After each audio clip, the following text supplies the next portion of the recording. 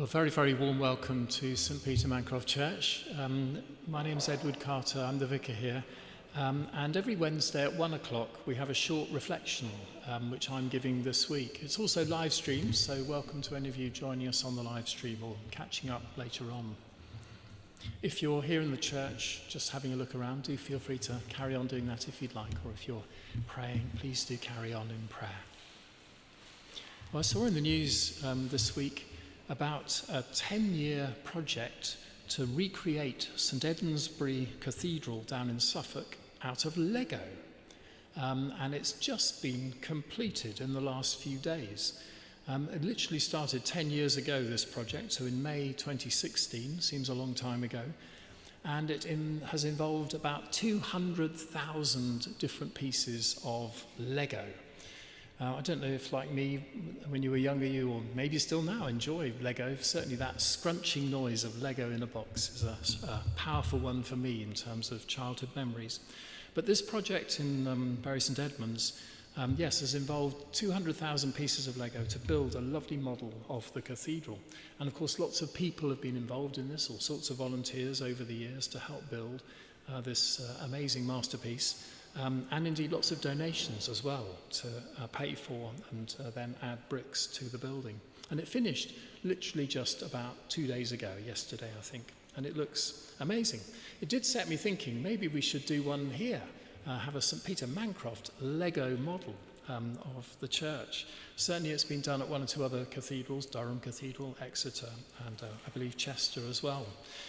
And it is an amazing creative work, a beautiful thing, but also, of course, a testament to what a group of people can achieve when they have an idea to do something, working together.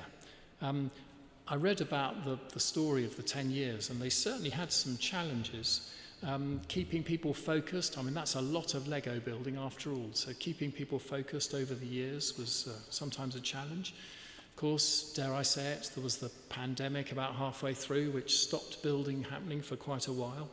And also, I think some of the actual intricacy of building correctly to make sure that the Lego model matched the real cathedral. There were moments when people almost fell out, I think, about arguing how on earth they were going to do this. But I also saw in the newspaper, literally today, another story from Winchester Cathedral, not a Lego model this time, but an opportunity for people, if they make a donation, to have their name, their initials carved onto a stone.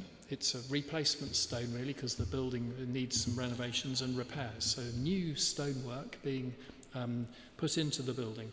And if you make a big enough donation, you can have your name carved onto one of these new stones, which sounded rather an interesting opportunity, although the sums of money involved did seem quite large. But a lovely way of leaving your mark on a beautiful historic building. After all, Winchester Cathedral is a very historic place of prayer and of worship. Now, actually, it says in the Bible, St Paul wrote about how we human beings are like living stones. He used it as a kind of metaphor of what it is like to be alive. Imagine ourselves as being like living stones. And why did he say that? He said that because he wanted to point out how we're actually as people built together into a community of people. And he particularly wanted to say a community of people that can reflect God's presence and God's goodness in our midst. And he also wrote about a particular stone within this building, this structure. Not a Lego piece, but a cornerstone is how he described it, or possibly a keystone. The most important stone in the whole building. And that stone, he said, for Christian people, very important, that stone is Jesus Christ. So an actual person, but God with us, within this structure, within this building. The cornerstone or the keystone. People don't quite know whether it was cornerstone or keystone. And you might ask, what's the difference between the two? And I think it's something like this. The cornerstone is the foundation stone. It's the first stone that's placed when you're building a building. And all the other stones, in a way, build onto that cornerstone. They add to it. So you start with the cornerstone, that's the first stone. The keystone is almost the opposite. It's that stone that's put in at the last minute in a bridge to hold it in place, or perhaps an archway, one of the arches here in this church.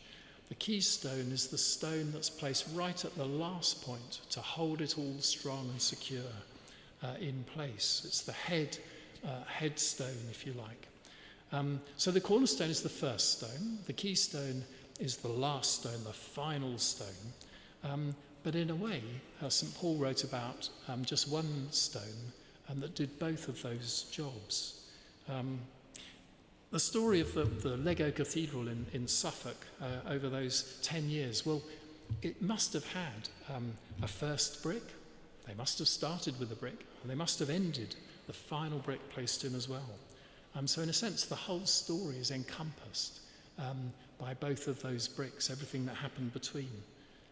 And for Christians, the cornerstone, the keystone, the person of Jesus himself, again, encompasses the whole story, encompasses everything that's important about life, for us as individuals, yes, but also for us as a whole community, a whole people together, all those living stones held together, built on the cornerstone, held together by the keystone.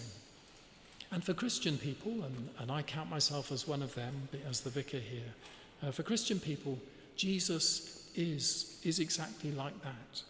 He's all-encompassing. He's both first and last. He's a foundation for us and a finishing touch, if you like, to a beautiful living structure, which is a whole human society, a whole human fellowship, a whole church, a whole people, perhaps a whole nation. Well, speaking personally as I end this short reflection, I have to say that I've found being a tiny brick, a bit like one of those tiny little bits of Lego that gets lost in the corner of the box. But I've found being a tiny brick, a little living stone in this great structure, the structure of society, the structure of a church as well. It's been, I've found, a great blessing for me. It adds so much to life. It's such a life-giving thing. And although I said I'm rather like one of those tiny bricks, and in a way we all are, actually you can't have the whole structure without all of the bricks. Every brick is needed. If that cathedral made of Lego in Suffolk had been missing just one brick, it wouldn't have been complete. So it's only complete when all of us bricks, us living stones, are all there, all part of it. I hope you might hold that to heart in the coming days as well. Thank you for listening to my short reflection. These reflections happen every Wednesday at 1 o'clock, so look forward to you joining us for next week's reflection as well, if you'd like. Thank you again.